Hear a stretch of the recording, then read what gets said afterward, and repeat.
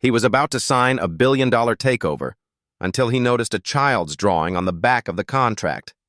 If stories of redemption, justice, and unexpected family touch your heart, please like and subscribe so you can stay with us until the very last chapter of this journey. The conference room on the 52nd floor of Boston's Prudential Tower had been designed to intimidate. Floor-to-ceiling glass windows framed the city below, where the Charles River glittered faintly under the fading afternoon light.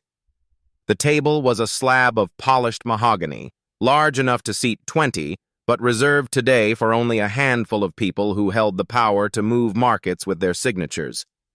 At the head of that table sat Ethan Caldwell, the man the financial press called the Ice Broker. He was 42, tall and sharply built, with silver threaded into his black hair at the temples. His reputation had been built on numbers and nerve, on never blinking, never softening, never letting personal sentiment get in the way of a contract. Today was meant to be the culmination of that ethos.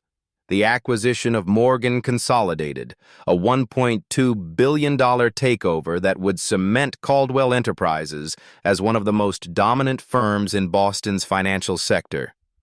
The room hummed with the muted sounds of assistants shuffling papers, legal counsels tapping pens against yellow pads, and the occasional hiss of the espresso machine in the corner. The deal had been months in the making. The kind of ruthless corporate war that left bruises in balance sheets and casualties in payrolls.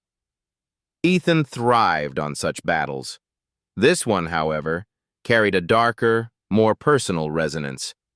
Morgan Consolidated had been the rival that nearly destroyed his family years ago. Richard Morgan, its CEO, had once maneuvered Ethan's father into a debt spiral that ended with the man's collapse, both financially and physically. Ethan still remembered that night. The kitchen table littered with unopened envelopes, the unpaid mortgage statement in bold red, and his father clutching his chest before the ambulance lights painted their modest Boston suburb in flashing red and white. His father had not survived the heart attack. Ethan, still a college student then, had sworn that one day he would reclaim the dignity stripped from their family name. And now here he was, pen in hand, the contract before him, the chance for victory so close he could taste it. His legal counsel leaned forward, a finger tapping the signature line. "Mr. Caldwell, all that remains is your name." Ethan exhaled slowly, allowing himself a rare flicker of satisfaction. His hand moved, deliberate and steady, as he turned the page to scan the clauses one final time. Years of habit demanded precision. No detail escaped his eye.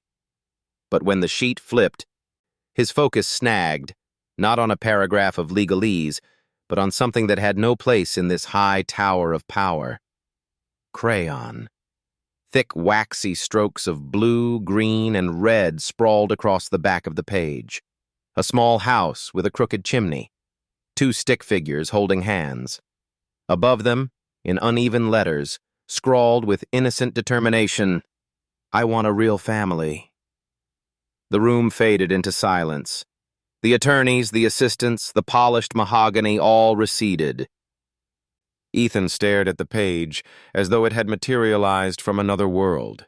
His throat tightened unexpectedly, memories stirring of nights when he too had drawn childish pictures on scrap paper, waiting for a father who never came home from work.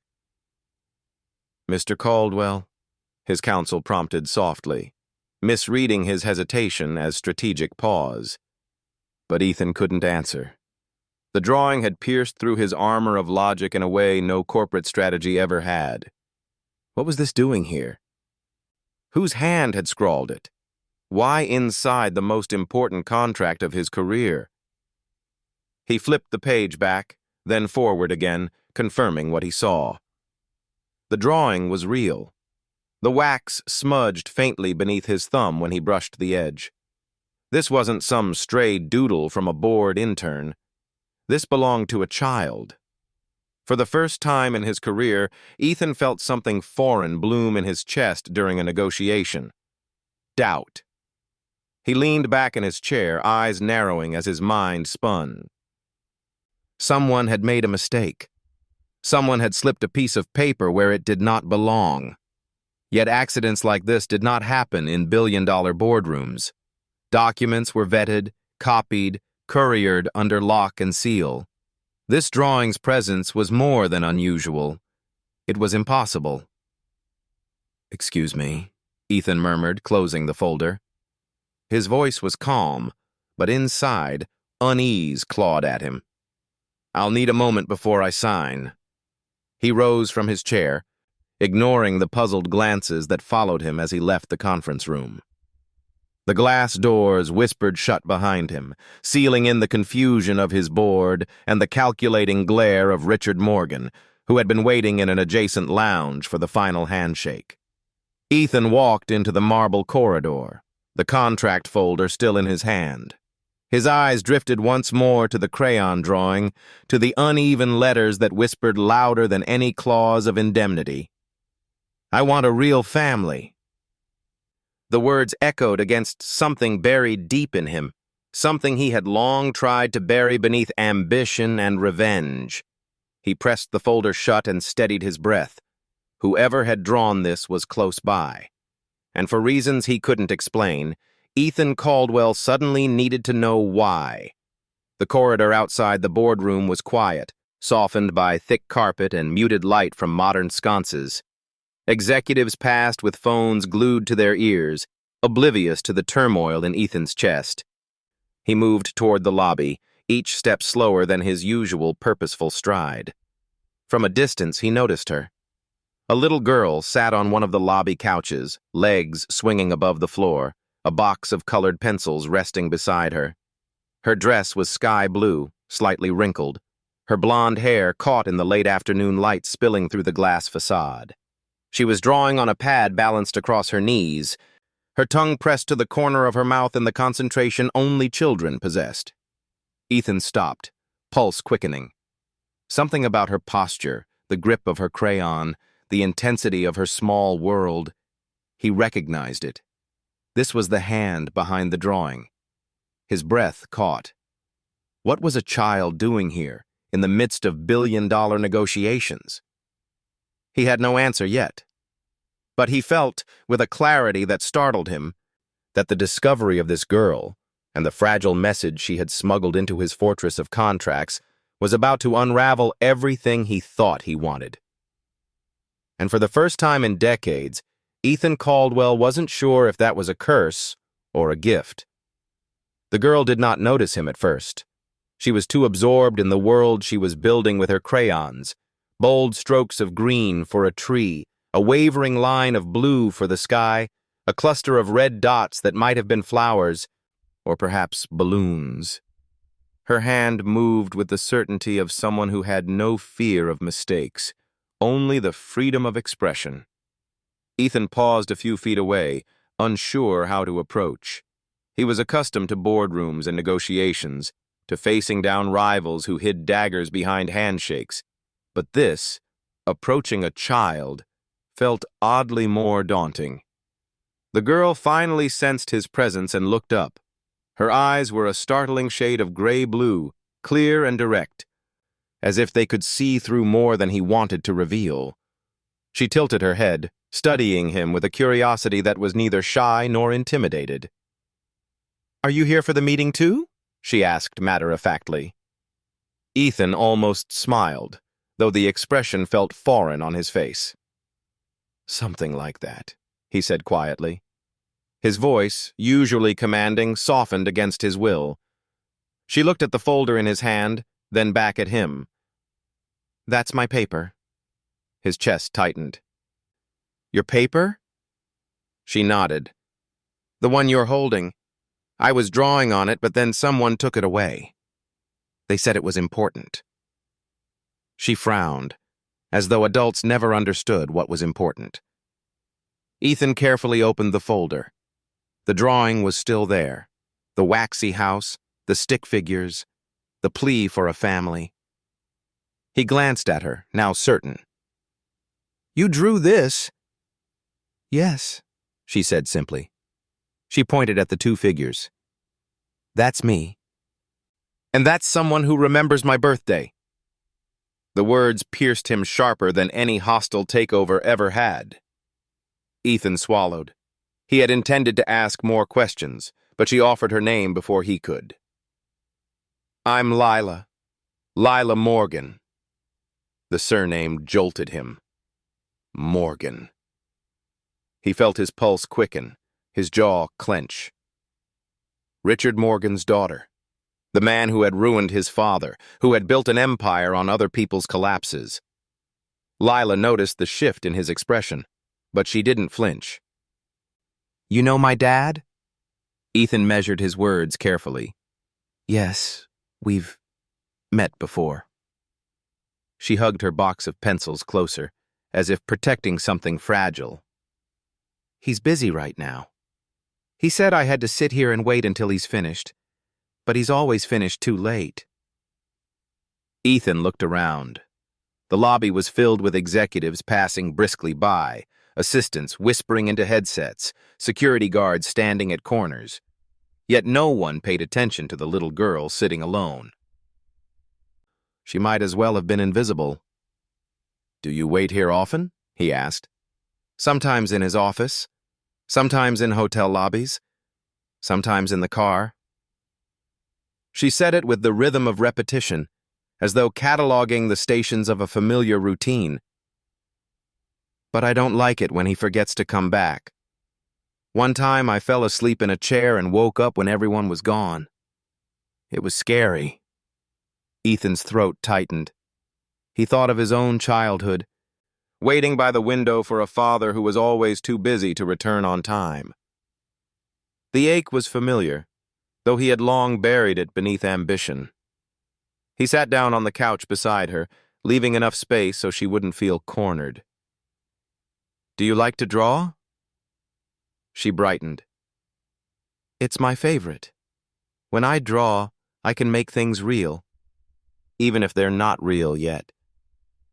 She flipped her pad to a new page and began sketching again. Like families, or birthdays, or houses where people actually talk to each other. Her innocence cut through him with devastating precision. He had spent years constructing towers of steel and glass, yet here was an 8-year-old building worlds more truthful with nothing but crayons. Ethan studied her small hands as they moved. She gripped the crayon tightly, as if holding on to hope itself. Why did you write those words? He asked gently. She glanced up, then back at her drawing. Because I don't have one. Not really. My mom left when I was little. My dad says family isn't important, only winning. But I think he's wrong. Ethan felt his chest constrict. The room around them seemed to fade, leaving only the girl and her quiet confession. You're very brave to say that, he murmured. She shrugged. It's just true. Before he could answer, footsteps echoed across the marble floor. Ethan turned to see Richard Morgan striding through the lobby. He was tall, broad-shouldered, his suit perfectly tailored. His presence carried the force of someone accustomed to owning every room he entered. Lila, Richard barked, his tone impatient. Why are you still sitting here? Didn't I tell you not to bother anyone?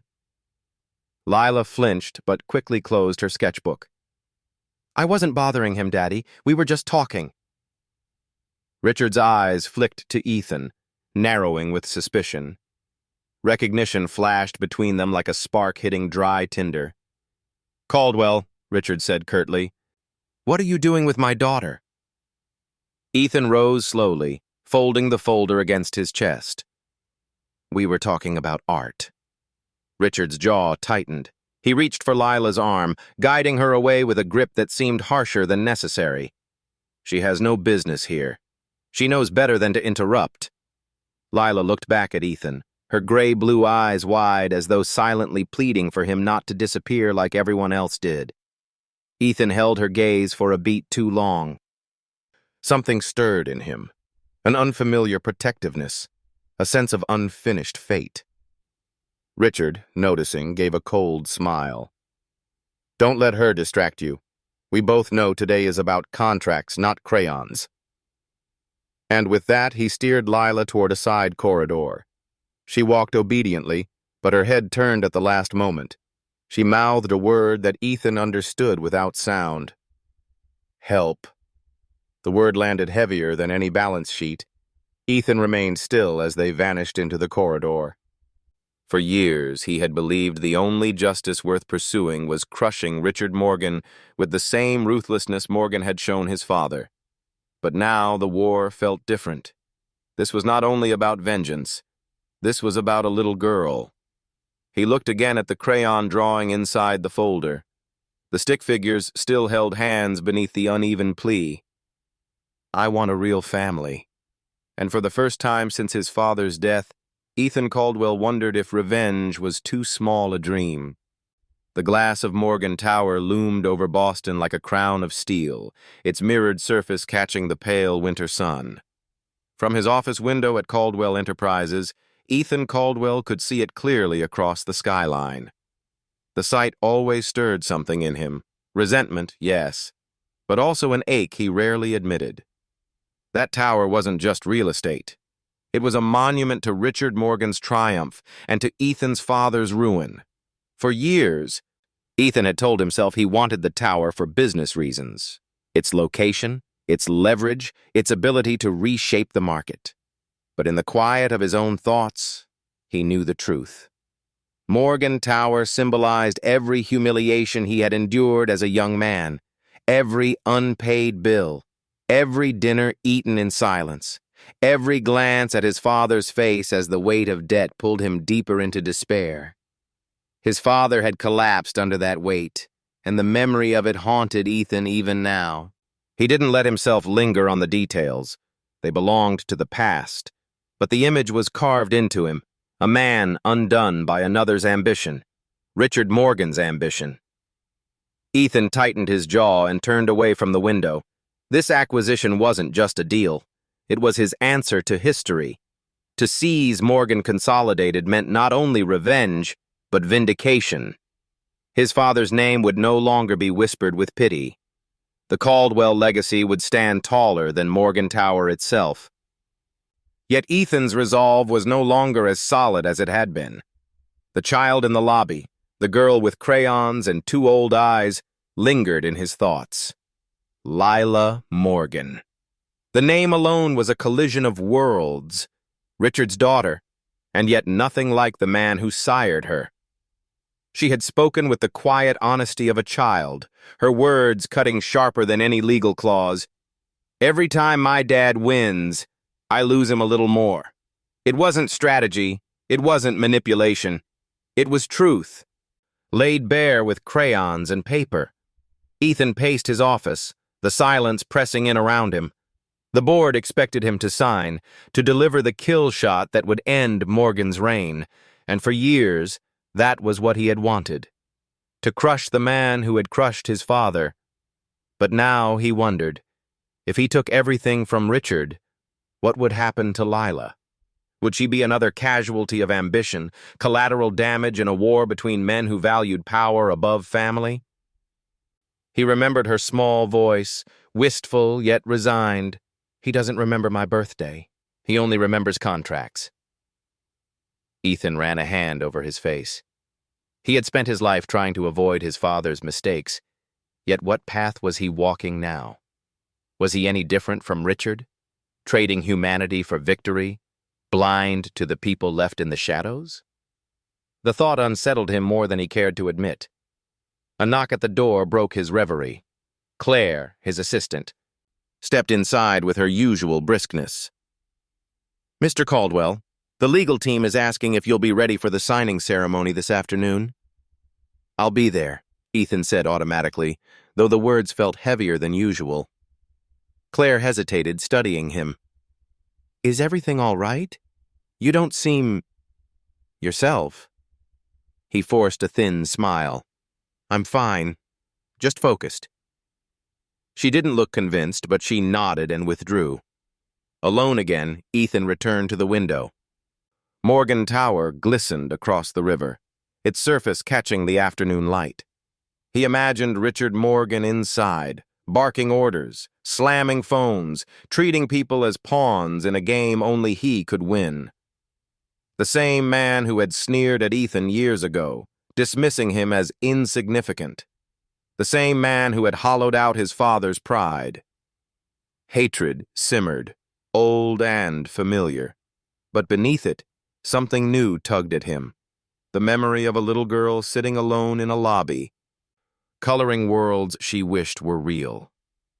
Ethan clenched his fists. If he signed the contract, he would win. Richard would lose everything. The markets would cheer. His father's ghost might even rest. And yet, he couldn't escape the image of Lila, abandoned in pursuit of power, collateral in a war she hadn't chosen.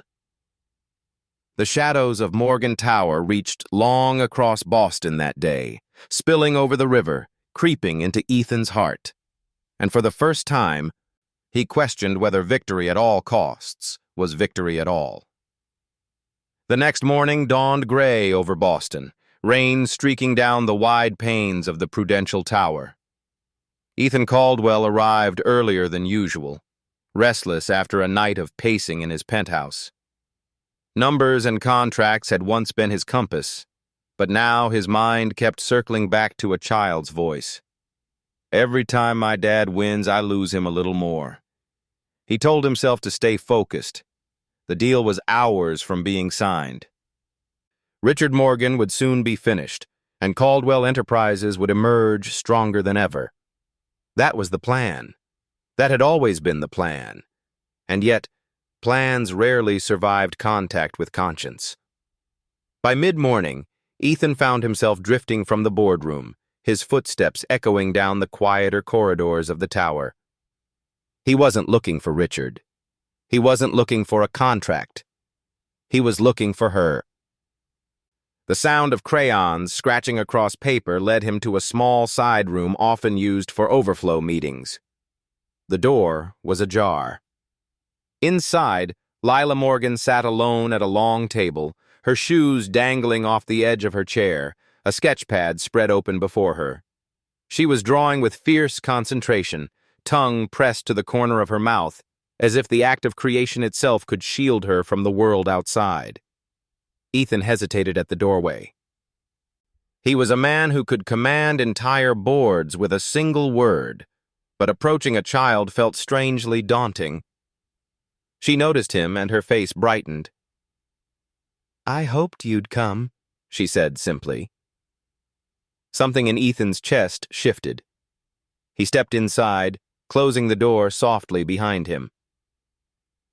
"And what are you working on today?" She turned the sketchpad toward him.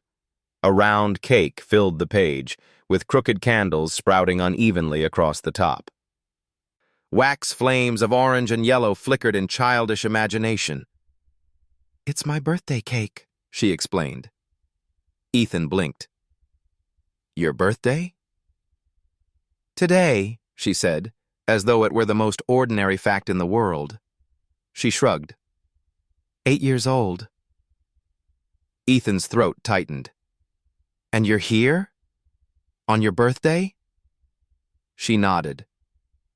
"Daddy said he has meetings. He always has meetings." He studied the drawing again. The cake was bright, almost joyful, but her voice carried none of that. "Did anyone celebrate with you?" he asked gently. She shook her head. "I whispered happy birthday to myself when I woke up." She said it without self-pity, just quiet resignation, as if she had grown used to filling the silence alone. Ethan sat across from her, lowering himself into the stiff-backed chair. "That doesn't seem fair." She shrugged again, but her eyes flickered with something more vulnerable. "It's okay. I can still draw it. When I draw, it's like it really happens. Even if it doesn't." The words pierced him. He remembered his own birthdays, the years after his father was gone, the empty table, the silence no candle could brighten. He had sworn never to feel that small again. Yet here was this child, living the same solitude, sketching joy because she had none. "May I?" he asked, reaching toward the crayons, her face lit with surprise. "You want to help?" "I'd be honored," Ethan said, choosing a blue crayon, the color that had always been his favorite as a boy. He began shading one corner of the cake, his strokes uneven, his hand out of practice at anything that wasn't signing contracts. Lila giggled softly. "You're not very good." Ethan chuckled, the sound foreign to his own ears. "That's why I need a teacher." For a few minutes they worked together, adding lopsided decorations and filling the white space with color. The silence between them wasn't awkward.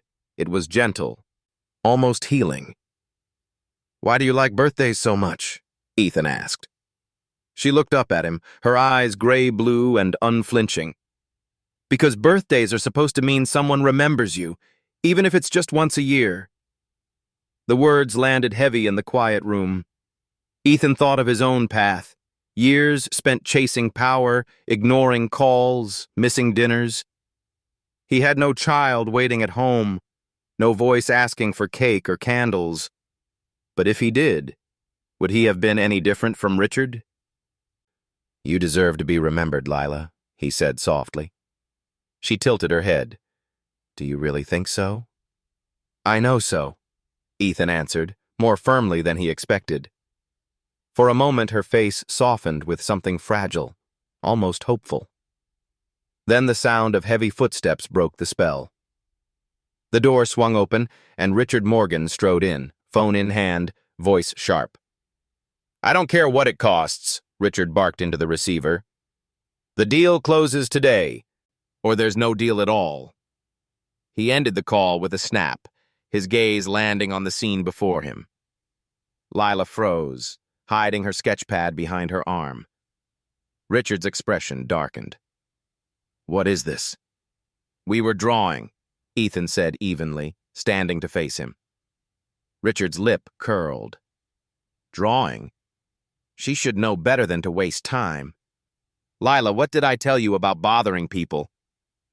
"I wasn't bothering him, Daddy," she whispered. "He wanted to help." Richard reached for her arm, his grip tighter than necessary. "Enough. Back to the lounge. And you," he turned his glare on Ethan, "you'd do well to remember why you're here. This is about contracts, not crayons." He began steering her toward the door, but she glanced back at Ethan. Her eyes held a silent message, a plea she didn't dare speak aloud. Ethan met her gaze, and something in him shifted irrevocably. As the door closed behind them, he looked down at the sketch left on the table, the crooked cake, the uneven candles, the colors pressed deep into the paper. A child's desperate wish for a moment of recognition.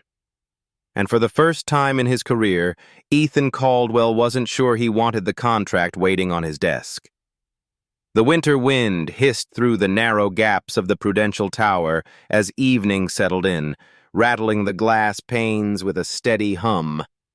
The building seemed to breathe with the pulse of commerce, phones ringing, heels clicking, elevators dinging. Yet tucked away in a smaller lounge off the main corridor, Ethan Caldwell found a silence that unsettled him more than any boardroom battle ever had. Lila was there again. She sat curled in an oversized chair, sketchpad balanced on her knees, crayons scattered around like fallen petals. The bright blue of her dress looked muted in the fluorescent light, her hair slightly tangled from the long day. She was drawing once more, though slower now, her strokes softer, as if even imagination required energy she no longer had. When she saw Ethan, her lips curved faintly. "I wasn't sure you'd return." He eased into the chair across from her. "Neither was I," he admitted. For a moment, she returned to her drawing. It was another cake, smaller this time, the lines almost hesitant. Only 3 candles stood on it. "Why 3?" Ethan asked. She shrugged. "Sometimes it feels like I'm only 3 to him." Like the rest of me doesn't count. Her words sank into the room like stones in water. Ethan leaned forward, elbows resting on his knees. Lila, you're worth more than candles, more than contracts, more than... He stopped, the weight of his own hypocrisy pressing in. Hadn't he lived the same way, reducing people to numbers, victories, and losses? She looked up, her gray-blue eyes clear. Do you know what happens every time Daddy wins a deal? Ethan shook his head. He gets louder, angrier, like he's carrying so much inside that it spills out on me. She pressed the crayon harder into the paper until it snapped. Every time he wins, I lose him a little more. Ethan's chest tightened. The words were simple, but they struck like a confession written on a ledger no one else could read. He thought of the endless nights his own father had spent consumed by losses, the silence at the dinner table, the unspoken grief of a family unraveling. Lila's whispers weren't just her story, they were his mirror. You're brave to say that, Ethan murmured. She tilted her head. It's just the truth. Don't grown-ups like the truth? Not always, Ethan said quietly. Sometimes it scares them. Does it scare you? He hesitated, then nodded. Yes. Her gaze softened. She closed her sketchpad and hugged it against her chest. Then maybe you're not like him. The words caught Ethan off guard. Not like Richard. The man he had sworn to defeat, the man he hated and feared becoming. He had told himself that revenge would keep him from Morgan's shadow. But was he already walking the same path, blinded by ambition, indifferent to the lives it scarred? His phone buzzed in his pocket, a reminder of the contract signing tomorrow. His father's voice echoed faintly in his memory. Don't let them take everything from you. But another voice, smaller, softer, pressed against it now. Maybe you're not like him. Ethan looked at Lila. At the innocence that had delivered truths sharper than any attorney's brief. She didn't understand mergers or markets, but she understood loss. She understood what it meant to be invisible. Lila, he said carefully, is there anyone else you talk to? Anyone who listens? She shook her head. Daddy says talking is a waste. He says feelings get in the way of winning. Ethan swallowed. But feelings are what make us human. She blinked at him, as if weighing whether to believe it. Then she whispered, Do you want to know a secret? Of course. I don't like chocolate cake. Her voice dropped even softer, almost conspiratorial. But Daddy buys it every year, because everyone likes it, he says. Only I don't. I just pretend. Her confession was so small, yet it carried the weight of years. Ethan's throat burned. How many birthdays had she endured in silence, swallowing cake she hated because it was easier than telling the truth? Then what cake do you like? He asked gently. Vanilla, she said, a shy smile tugging at her lips, with strawberries on top. He smiled back, though his eyes were damp. Then vanilla with strawberries it is. For a moment they sat together in the quiet, bound not by contracts or blood, but by honesty. Ethan realized he hadn't felt this kind of connection in years. Not in boardrooms, not in skyscrapers, not even in his penthouse with its cold view of the Charles. The sound of approaching footsteps shattered the fragile stillness. Lila's body stiffened, and she clutched her sketchpad tighter. Richard Morgan appeared in the doorway, his presence like a storm cloud. His eyes narrowed when he saw them. Lila, he snapped, what are you doing here again? She shrank into the chair. Nothing, Daddy. Just drawing. Richard's gaze darted to Ethan. And you? What game are you playing? No game, Ethan replied evenly. We were just talking. Richard's lip curled. Talking? To a child? He stepped closer, lowering his voice to a dangerous edge. Stay away from her, Caldwell. She's not your concern. Ethan's pulse hammered, but he didn't move. Maybe she should be someone's concern. The air grew taut, charged with an unspoken threat. Richard grabbed his daughter's arm and yanked her up from the chair. She stumbled but said nothing, her silence more telling than any protest. As Richard dragged her away, she looked back over her shoulder. Her lips didn't move, but her eyes spoke louder than any whisper. Don't leave me. Ethan stood frozen long after the door slammed shut. The lounge felt emptier than before, the crayons scattered like abandoned hopes. On the table lay the broken half of a crayon, snapped clean in two. He picked it up and turned it over in his hand, his jaw tightening. The whispers of innocence carried more truth than 1,000 contracts. And they left Ethan Caldwell with a choice no merger could define: continue the path of Richard Morgan, or find another way. The following afternoon, Ethan Caldwell found himself once more drifting through the hallways of the Prudential Tower. He told himself he was merely stretching his legs before another round of tense negotiations, but in truth, he was searching for the child whose whispers had unsettled him more deeply than any hostile takeover ever had. He found Lila in a quiet alcove near her father's office. A stack of drawings lay beside her, some half-finished, some colored with the intensity of a child trying to will her world into existence. She looked up when Ethan approached, her face brightening. "I made something," she said, her voice carrying both excitement and secrecy.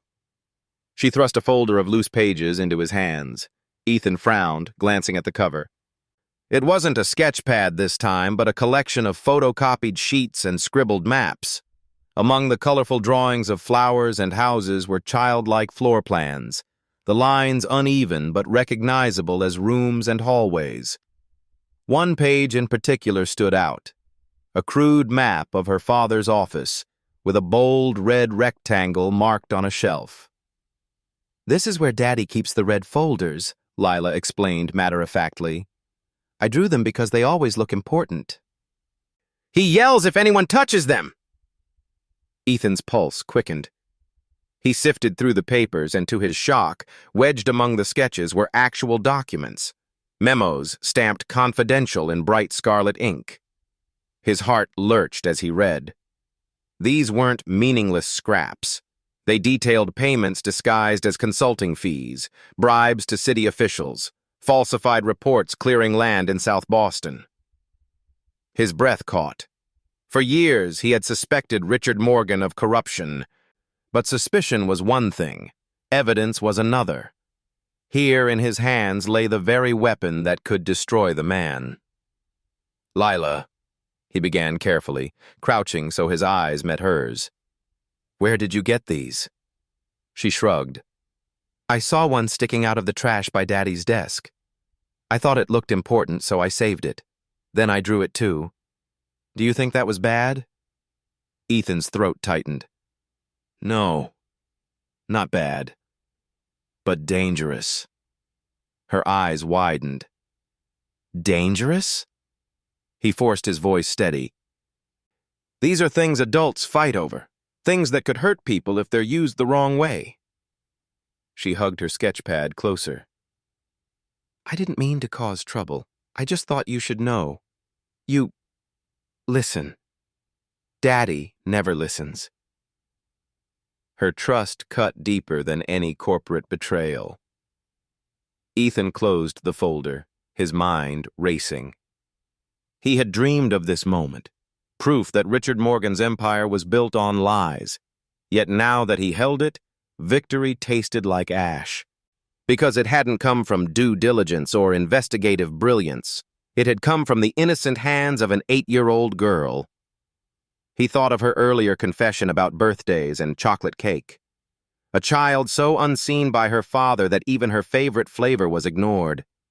And now, that same child had unknowingly placed a loaded gun in Ethan's hands. Lila, he said softly, I need you to promise me something. Don't take anything else from your father's office. Not ever. Do you understand? She nodded solemnly. I promise. Good, Ethan whispered. He slid the documents into his briefcase, concealing them from view. Later that evening, back at Caldwell Enterprises, Ethan locked the red files in his safe. His reflection stared back at him in the polished steel door. A man with the power to annihilate his rival, yet torn by the knowledge of how that power had been gained. His intercom buzzed. Martin Shaw, his CFO, strode in without waiting. You look like you've seen a ghost, Martin said, eyeing the locked safe. Anything I should know about? Ethan's expression hardened. Only that corruption runs deeper than we thought. Martin's eyes gleamed. Do you have proof? Ethan hesitated. Possibly. Martin leaned forward, voice dropping to a conspiratorial whisper. Then this is our chance. We can bury Morgan. Leak it, time it right, and his empire collapses overnight. Caldwell Enterprises will control half the market. Ethan slammed the safe shut with finality. No. Martin blinked. No? I won't use a child's trust as a weapon.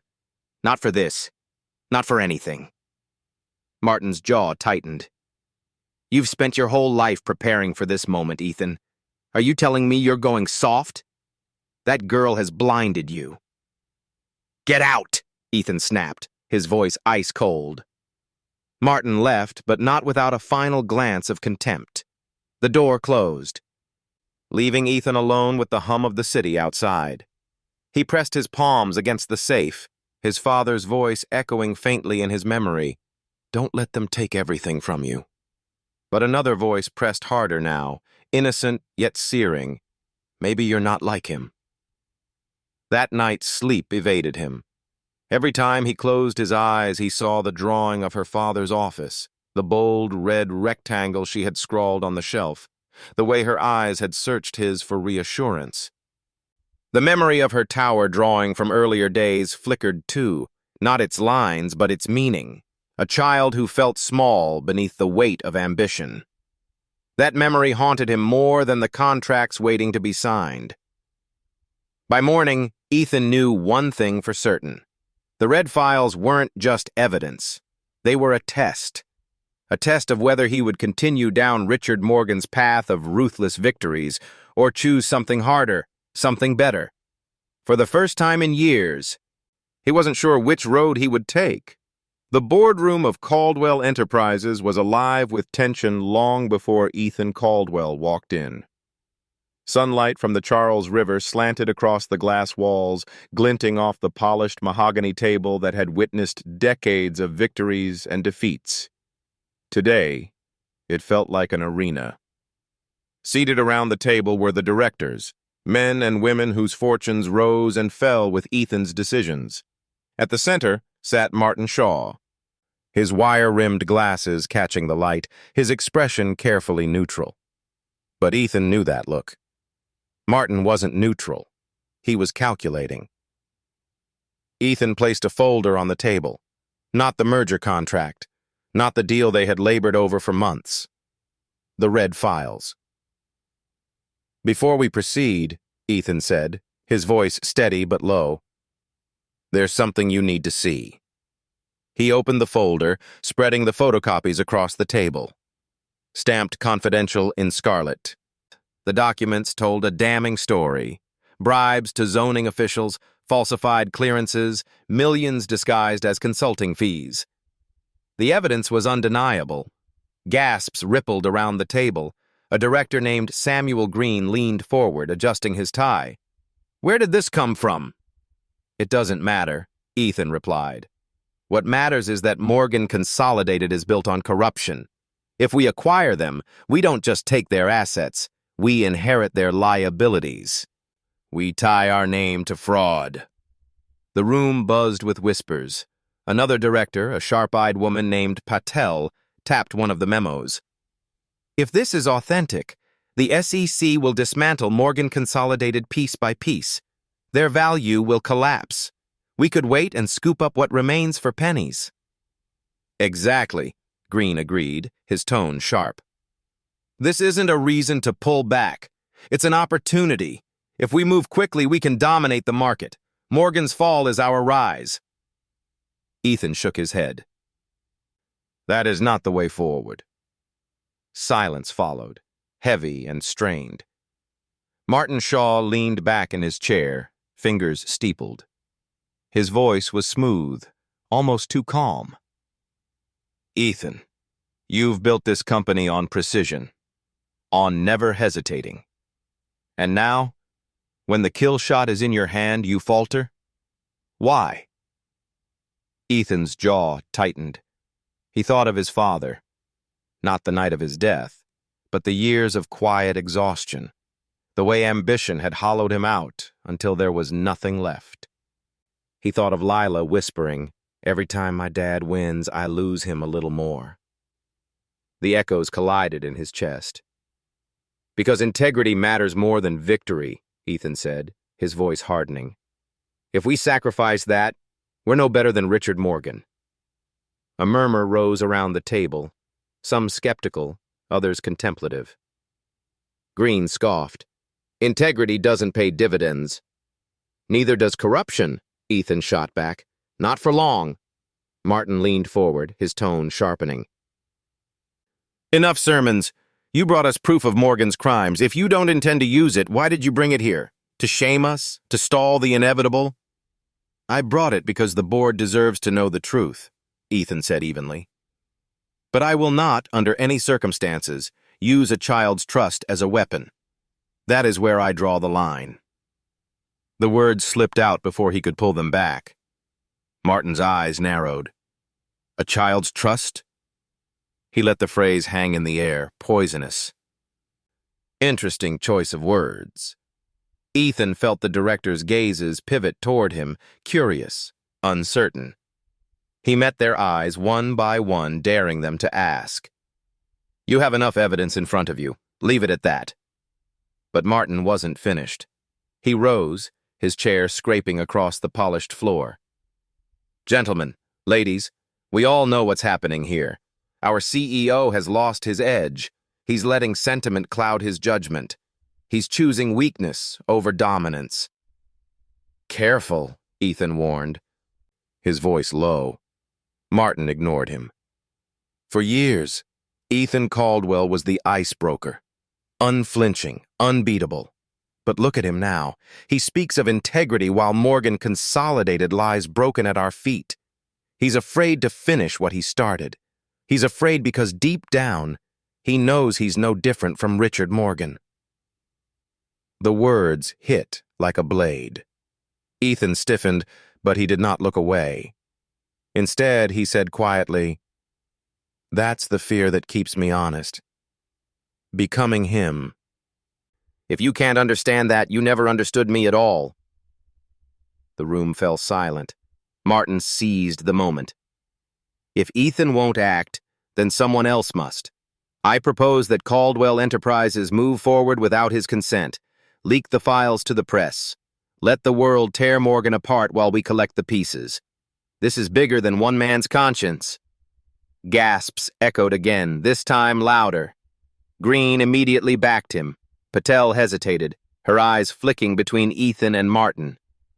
The board fractured before Ethan's eyes, half hungry for blood, half wary of the cost. You'd betray me? Ethan asked, his voice calm but edged with steel. Martin smiled thinly. Not betray, replace. Leadership belongs to the one willing to do what's necessary. For a moment, Ethan said nothing. Then he gathered the documents, sliding them back into the folder with deliberate care. You can chase dominance without me. But know this. If you use those files recklessly, you'll destroy more than Morgan. You'll destroy us. He tucked the folder under his arm and stood. The directors murmured, some in protest, others in support. Martin's glare followed him as he walked to the door.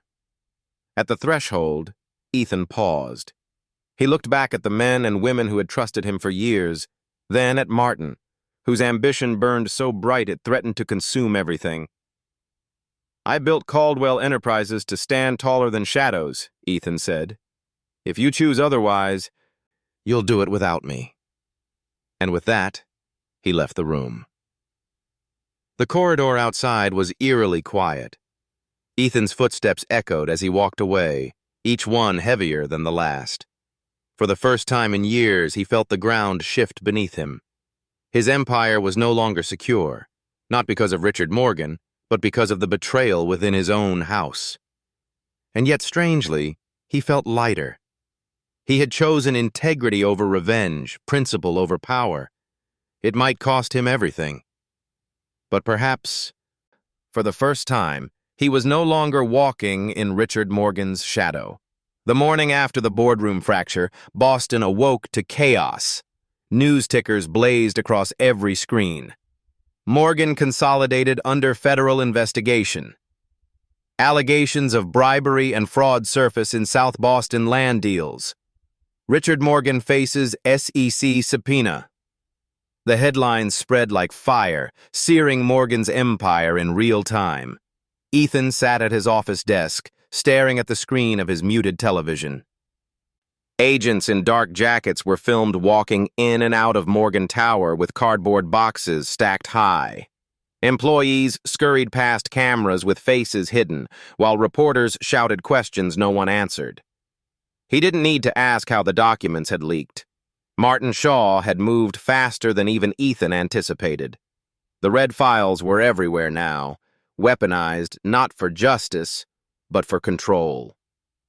Caldwell Enterprises was suddenly caught in the crossfire. Some accused Ethan of masterminding the leak. Others claimed he was shielding Morgan to negotiate better terms. Either way, the storm had reached him, too. A knock at his door.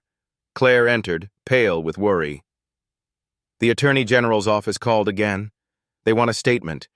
And Richard—" She hesitated. "He's telling anyone who will listen that you used his daughter to get the files." Ethan's chest tightened. "Lila?" Claire nodded grimly. "He's making her part of the story." For a long moment, Ethan said nothing. The thought of Lila, dragged into the headlines, reduced to a pawn in her father's war, filled him with cold fury. She had given him trust, not leverage. To see Richard twist her innocence into a shield for his crimes made Ethan's blood boil.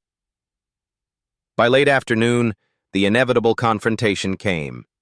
Richard stormed into Caldwell Enterprises unannounced, trailed by lawyers and bodyguards. His face was flushed, his eyes wild, the swagger of a titan stripped away. "You think you've beaten me?" Richard spat as he barged into Ethan's office. "You think this circus will end me? I'll rebuild before you even blink." Ethan stayed seated, hands folded calmly on the desk. "What you built was rotten, and it's collapsing under its own weight." Richard slammed a fist against the polished wood. "Don't preach to me. You always wanted revenge for your father. Admit it. You used Lila to get at me." The accusation hung heavy in the air.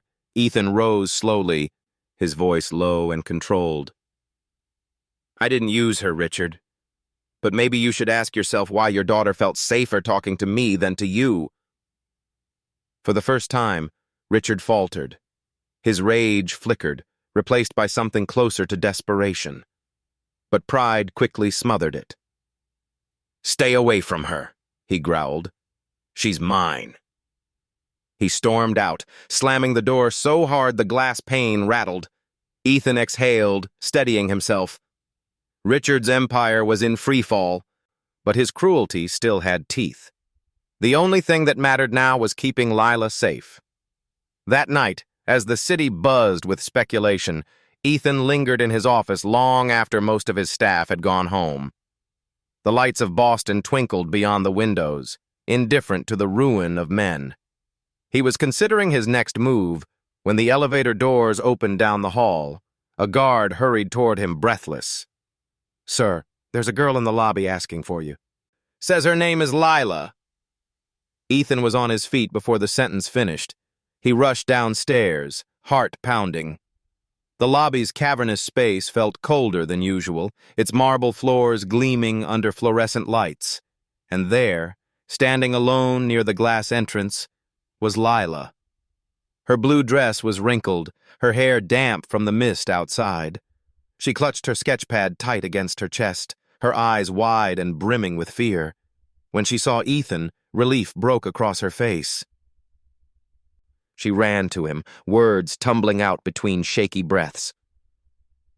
"I was so scared. Daddy was shouting. He said terrible things. I didn't know where to go. So I came here." Ethan dropped to one knee, gathering her gently into his arms. "You did the right thing," he whispered. "You're safe now. I promise." For the first time, she let herself cry, loud, unguarded sobs that echoed through the sterile lobby.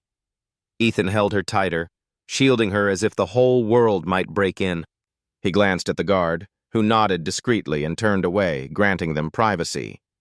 Ethan guided her upstairs to his office, settling her onto the couch. He fetched a blanket and draped it over her small shoulders. She curled into it, clutching her sketchpad as if it were armor. "Am I in trouble?" she whispered. "No," Ethan said firmly. "Not now, not ever with me." She looked up at him, eyes red but searching. "Will Daddy be okay?" Ethan hesitated. Honesty warred with compassion. "He has to answer for what he's done, but you—" He crouched beside her, his tone softening. "You deserve more than being forgotten. You deserve someone who remembers." She blinked, tears spilling again, but this time she nodded. Later that night, when exhaustion finally pulled her into sleep on his couch, Ethan stood at the window overlooking the city. Morgan Tower was still visible across the river, but it no longer gleamed. Its lights were dim, its name tainted. Richard Morgan's fall was the headline of the day. But for Ethan Caldwell, the real story was asleep just a few feet away. The little girl who had turned contracts into crayons, vengeance into responsibility, and who had reminded him that power without compassion was just another kind of ruin. Boston's skyline glittered under the morning sun, but the city was far from calm. Crowds gathered along Clarendon Street, cameras jostling for position. News vans lined bumper to bumper outside Caldwell Enterprises. Headlines had sharpened overnight, painting Ethan Caldwell as either a savior of corporate ethics or a man who had manipulated a child to destroy his rival. Ethan stood behind the curtain of the atrium stage, watching the room fill with reporters. The air hummed with anticipation. This was no quarterly earnings call. This was judgment. Claire adjusted his microphone. "Are you ready?" she asked quietly. Ethan's gaze flicked to the side where Lila sat on a couch just out of sight, bundled in the same blanket from the night before. She clutched her sketchpad like a shield, but when she noticed him watching, she gave a tiny nod. Trust. Fragile, unspoken, but real. He returned the nod, straightened his tie, and stepped into the lights. The atrium erupted, flashes from cameras, the murmur of 100 voices. He walked to the podium, every eye following him. Questions flew before he could speak. "Mr. Caldwell, did you orchestrate the leak? Were confidential documents passed to you by Richard Morgan's daughter? Are you exploiting a child in your war against Morgan?" He raised a hand, and the noise subsided. His voice carried steady, though his heart pounded. "I will answer you all. But I ask that you listen. Not as cynics, not as adversaries, but as people who still believe truth matters." Silence settled, heavy and expectant. "Richard Morgan was once my rival," Ethan began. "He built an empire on ruthless ambition. Years ago, my family paid the price of his victories, and I swore I would never forget it. Many believed my goal was revenge, and for a time, they were right. He paused, the memory sharp but contained. But revenge is hollow. What surfaced this week was not my doing. The truth emerged from where Richard least expected, inside his own home. His daughter, Lila, stumbled upon files she did not understand, and in her innocence, she shared them with me. Gasps rippled through the crowd. Ethan lifted a hand again. Listen carefully. She did not know what they meant. She did not act with malice. And I faced a choice: weaponize her trust or protect it. His voice grew firm. I chose to protect it. Others did not. The files were leaked without my consent, and now the fallout is everywhere. But let me be clear. No contract, no merger, no market victory is worth sacrificing the innocence of a child. Flashes erupted like fireworks, but Ethan didn't falter. You ask who I am as a leader. I will tell you. I am not Richard Morgan. I am not a man who sees people as pawns. I am not a man who measures worth in profit margins alone. My father once told me a man's name is worth more than his wealth. For years I forgot that. Today I remember. He let the words sink in, his tone softer now. Caldwell Enterprises will withdraw from the Morgan merger entirely. We will cooperate fully with federal investigators. And we will rebuild, not through shortcuts or shadows, but through transparency and trust. For a moment the atrium was silent, the crowd stunned by the clarity of his words. Then slowly, applause began. First from the back, then rippling forward until the entire hall thundered with it. Ethan stepped back from the podium, his chest rising and falling. He had not defended himself with contracts or evidence, but with truth. And somehow, that felt stronger. Behind the curtain, Claire whispered, "That was remarkable." But Ethan didn't hear her. His eyes sought Lila, who was peeking out from the side of the stage. Her face glowed with something he had rarely seen in her. Relief. She didn't understand every word he had spoken, but she understood the heart of it. He had chosen her over the deal, her over revenge. As the reporters filed out, Ethan returned to her side. She looked up at him and whispered, "You said the truth." "Yes," he said softly. "And sometimes that's the hardest thing." "Daddy never says the truth," she replied, her voice small but certain. Ethan crouched to meet her eyes. "That's why you needed someone who would."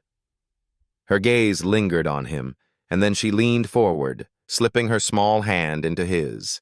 He squeezed it gently, as if sealing an unspoken contract far greater than any merger. That evening, the city still buzzed with speculation, but Ethan didn't care. He sat in his office with Lila curled beside him on the couch, her crayons scattered across the coffee table. She sketched while he watched the skyline darken into night. Across the river, Morgan Tower stood dim, its name now synonymous with scandal. But in this room, surrounded by the scratch of crayon on paper, Ethan felt something no headline could capture: the beginning of redemption. A year had passed since the fall of Richard Morgan. Boston's skyline was the same. Glass towers rising above the Charles, boardrooms humming with the ceaseless arithmetic of profit. But for Ethan Caldwell, the world had shifted entirely. He no longer measured his life by contracts signed or towers built. The true markers of time were simpler: the crayon drawings that multiplied across his refrigerator, the laughter of an 8-year-old in the backyard, the candles on a birthday cake that was not chocolate. Lila lived with him now, not as a ward to be pitied, but as a daughter to be cherished. The courts had transferred temporary guardianship into permanent custody after Richard Morgan's conviction was sealed. Richard himself, stripped of wealth and reputation, awaited sentencing in a federal prison cell. For Ethan, vengeance had lost its flavor long before the verdict. The true justice was Lila's safety, her right to grow without fear. On a crisp spring morning, Ethan walked through the modest house he had chosen in Cambridge. Gone were the sterile penthouse walls of glass. Here, ivy curled along the windows, and the faint hum of Harvard Square carried through the air. The rooms were warm with color, painted not by designers, but by the scatter of Lila's artwork. Sunbursts taped to the refrigerator, portraits of stick-figure families hung with magnets, a mural of flowers on the wall of her bedroom. Ethan paused in the living room, watching Lila crouched over a new canvas on the floor. She wore an old paint-stained smock and had tied her hair into a loose ponytail. Her brush moved with the focus of someone creating more than pictures. She was building a world where she finally belonged. "What's this one?" Ethan asked, kneeling beside her. She smiled without looking up. "It's us, you and me, and a garden." He tilted his head, studying the two figures surrounded by wild, bright flowers. "Why a garden?" "Because gardens keep growing," she explained simply. "Even if no one waters them for a while, they try anyway." The words struck him with quiet force. Children had a way of distilling wisdom into sentences adults spent lifetimes searching for. "You've made this place a garden already," he said softly. She dipped her brush in yellow paint. "You helped." That evening, Ethan stood before a gathering at the Museum of Fine Arts. The hall was filled not with shareholders, but with children, parents, and teachers. A banner above the stage read, "The Art and Integrity Foundation, First Annual Scholarship Ceremony." It was Ethan's new venture, born not from profit but from promise. The foundation provided scholarships to children from low-income families who showed artistic talent. Lila had inspired it. Her crayons had cracked the shell around his heart, and he had vowed to multiply that gift for others. The crowd hushed as Ethan stepped to the podium. Cameras were present, but these were not the ruthless lenses of financial media. They were the eager eyes of parents capturing a memory. "Ladies and gentlemen," Ethan began, his voice steady. "A year ago, I believed the greatest achievement of my life would be signing a contract worth billions. But today, I stand before you knowing the truth. My greatest achievement is standing right here, with children who remind us what really matters." He gestured toward the front row where Lila sat beaming in a new red dress, her sketch pad open on her lap. "This foundation is built on a lesson I learned not from Wall Street, but from a child's drawing," Ethan continued. "It taught me that integrity is more valuable than victory, and that art, innocent, fearless art, can heal even the deepest wounds." Applause swelled. Not polite, but heartfelt. For once, Ethan's words were not measured in stock prices or market gains. They were measured in hope. Later that night, after the last scholarship had been awarded and the last photograph taken, Ethan and Lila returned home. She ran barefoot into the backyard, chasing fireflies with a mason jar. Ethan followed slowly, watching her spin beneath the twilight sky, her laughter carrying like music. "Got one!" she cried, holding the jar aloft, the tiny light flickering inside. Ethan smiled.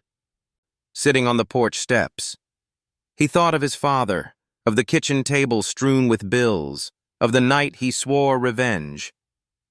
If only his father could see him now, not a man who had conquered his enemies, but a man who had chosen love over contracts, family over ambition. Lila trotted back, plopping onto the step beside him. She leaned her head against his arm, the jar glowing between them. "Did you see me? I'm really good at catching them." "You're good at a lot of things," Ethan said. "Like what?" He wrapped an arm around her shoulders. "Like reminding me what matters, like saving me from myself." She grinned, setting the jar down. "I didn't save you. You saved me." "No, Lila," Ethan whispered, his throat thick. "We saved each other." They sat in silence, watching the fireflies' glow pulse against the glass. In the distance, the city's towers shimmered, but for the first time in Ethan's life, they no longer looked like trophies. They looked like background noise to something infinitely greater. The house behind him was filled with laughter and crayons, the promise of birthdays never forgotten, the certainty of a family forged not by blood, but by choice. For Ethan Caldwell, the contract that mattered most was no longer written in ink. It was drawn in crayon, in the hands of a child who had taught him what it meant to live. And in that truth, he finally found peace. Thank you for staying to the end. If this journey of redemption and found family moved you, please subscribe and join us for more stories of hope and healing.